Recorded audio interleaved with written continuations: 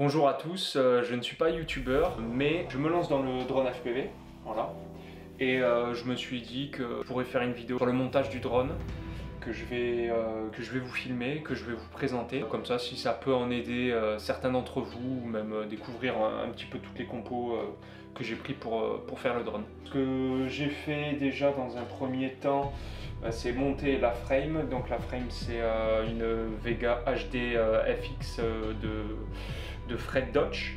Donc voilà, je l'ai monté. Donc on est sur un système numérique là. De toute façon, je vais vous mettre des plans de coupe.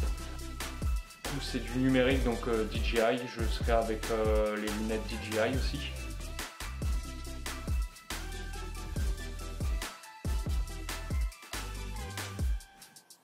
Filmer les soudures et puis voilà. Allez, c'est parti.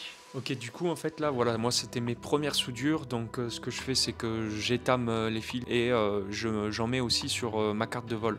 Comme ça en fait quand tu viens mettre ton fil en contact sur ta carte de vol, t'as juste à chauffer, boum, ça accroche direct.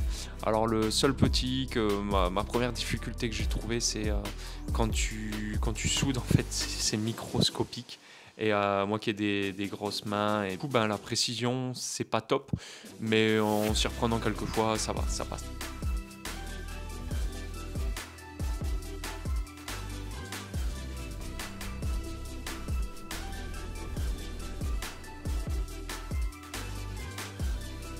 Là, on va faire le premier vol. Donc regardez bien le drone parce que je suis pas sûr qu'il va entièrement.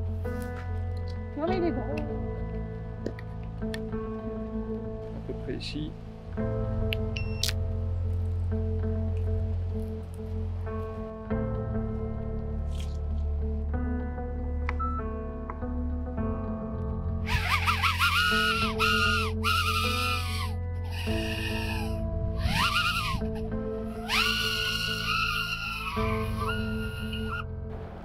Voilà, ça fait partie du jeu. On va aller voir c'est quoi le souci, puis on revient.